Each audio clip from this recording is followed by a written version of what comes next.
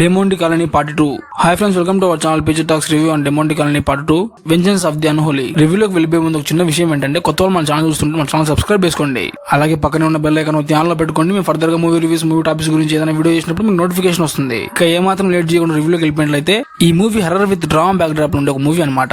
Basic గా మూవీలో plot ఏంటంటే, డెమోండి కాలనీ ఫస్ట్ పార్ట్ లో అండ్ సెకండ్ పార్ట్ లో ప్లాట్ ఏదైతే ఉందో అది సిమిలర్ గా ఉంటుంది. అది ఏంటంటే, ఒక బుక్ ఉంటుంది. ఆ బుక్ లో డెమోంటి ఇంటి గురించి రాసి ఉంటుంది.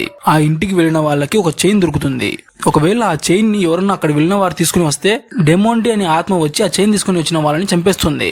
జనరల్ గా ఈ ప్లాట్ అనేది ఫస్ట్ పార్ట్ లో అండ్ సెకండ్ పార్ట్ లో కూడా సేమ్ ఉంటుంది. కాకపోతే ఈ మూవీలో మనం తెలుసుకునే విషయాలు, మనకు తెలిసే విషయాలు ఏంటంటే, ఆ బుక్ ని చదవాలనే కోరిక వాంటెడ్ గా వాళ్ళకి వస్తుందా, లేకపోతే ఎవరన్నా ఆ పుస్తకాన్ని చదవమని వాళ్ళకి ఇస్తున్నారా, ఆ పుస్తకాన్ని చదివితే చనిపోతారు. అలాంటప్పుడు ఎందుకని ఆ పుస్తకాన్ని ఎవరైనా సరే చదవమని ఇస్తారు. ఎండ్ ఆఫ్ ది మూవీలో ఆ పుస్తకాన్ని చదివి చనిపోయిన వాళ్ళందరూ ఒక particular year, date and time లో చనిపోతుంటారు.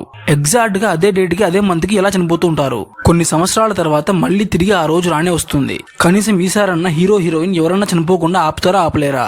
అదే రోజున ఎవరు చనిపోకుండా ఆపగలిగితే ఏం జరుగుతుంది, ఆపలేకపోతే ఏమవుతుంది అనే ఒక బేసిక్ ప్లాట్ మీద బేసే ఉంటుంది అనమాట ఈ మూవీ.